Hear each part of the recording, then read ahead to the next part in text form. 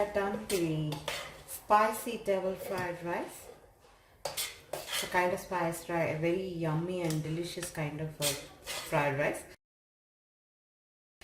where each grain of the rice is like a Szechuan rice, like it is nicely coated with it, and not very spicy. I'm sure you will really love it. People will like how Sanjana was saying, people who want to have it as a vegetarian, just shift to vegetarian version of this. Happy eating and happy cooking. Hey foodies, hi, hope you're all doing well today. Today in my kitchen, I'm going to take a back seat, and today Sanjana is going to take over the kitchen. So she will do the cooking today, and she's going to make a very beautiful and a very nice fried rice, which is known as the spicy devil fried rice. And she's going to use meat as well as some vegetables. So before she starts that, I thought I will just tell you on the spices what she's made a sauce of this. Because there are a couple of sauces which I need to tell you all. I don't know if you can get a hold of these. Most of them must be having the soya sauce and the garlic, chili garlic sauce and pepper powder, the white pepper powder. But there's another one which this is a must for this rice, which this is what it lifts the flavor for this rice, okay? And this is called as the hot pepper sauce. And it's basically a Chinese chili which is crushed and put along with some peanuts in the I think it's the peanut oil itself. So this is what the entire flavor for this is lifting onto this rice now. And here what she has done is she's added, this is 3 tablespoons of the soya sauce, light soya sauce, 3 tablespoons of the chili garlic sauce, and she's taken 2 tablespoons of this hot sauce. And what she has done, she's mixed all of them together and she's kept it ready here. So after the sauce, I'm telling you about the rice. The rice was soaked for about 30 minutes. We have taken 2 cups of the rice, basmati rice. It was soaked for 30 minutes, and then I have put it in the cooker and I have cooked it well like this, and it is completely cooled down now, and it's at room temperature now here, okay? Now I will hand it over to Sanjana. She will tell you what she is going to do the next.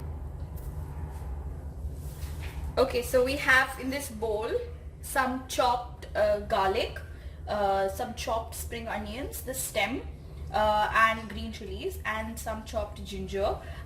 You can add the garlic depending on your liking, because the stem of the spring onion also has a fragrance and taste of a garlic nature to it.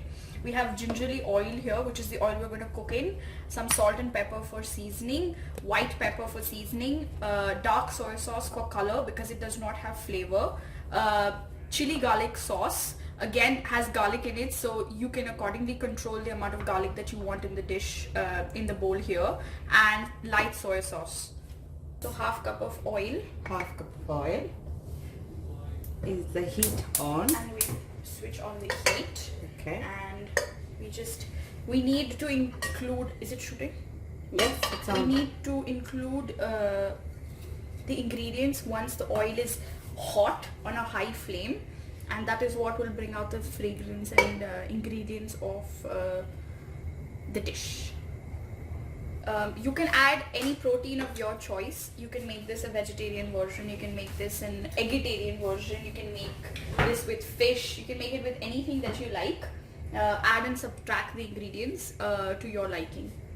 So now we're going to add these ingredients: spring onion, garlic, ginger, and some red chili. You can also add green chili if you don't want it to be too spicy, but we prefer spicy, so we are using red chili. Now we mix this and let it cook for 30 seconds till the fragrances are released and the oil is nicely coated with all these ingredients. So now we're going to add the chicken, which is our first protein, and cook it completely. We're also adding the mushrooms now, also adding in the peas. All the ingredients that we have here are now cooked, so we're going to add the rice.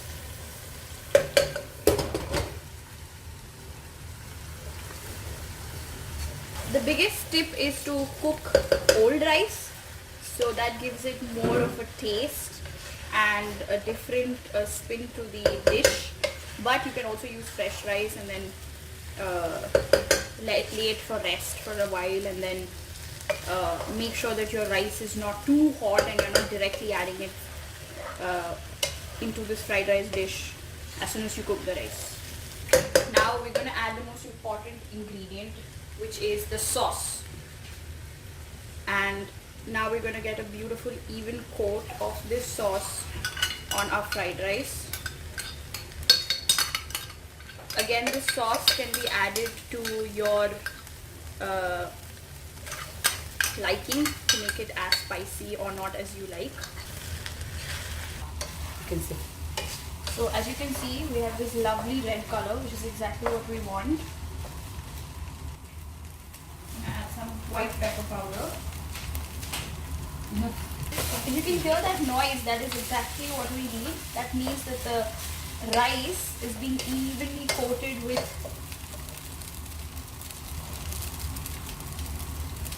Because you know why? Our soya sauce didn't have enough of salt. That is why yes. all this.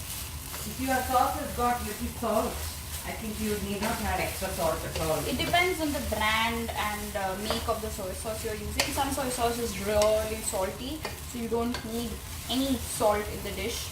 Some of it, like ours, is quite less on the salt side, so we are adding the extra salt. We couldn't add the shrimps to the masala in the first itself when we were making the sauce. Reason being, my mom never eats shrimp, you know. So what we are doing is now we have prepared shrimp with this sauces separately and kept. Now we're going to take a portion of this rice for her, keep it aside, and then we will add the shrimp here. So then what happens is, it will taste even more better with the shrimp. So we've added the shrimp now, after taking some rice aside for my grandmother, and we just basically sauteed the shrimps. So we just added it, and now we're just waiting for the rice to be crispy and evenly cooked throughout before we switch off the flame. And here we have for you devil's fried rice.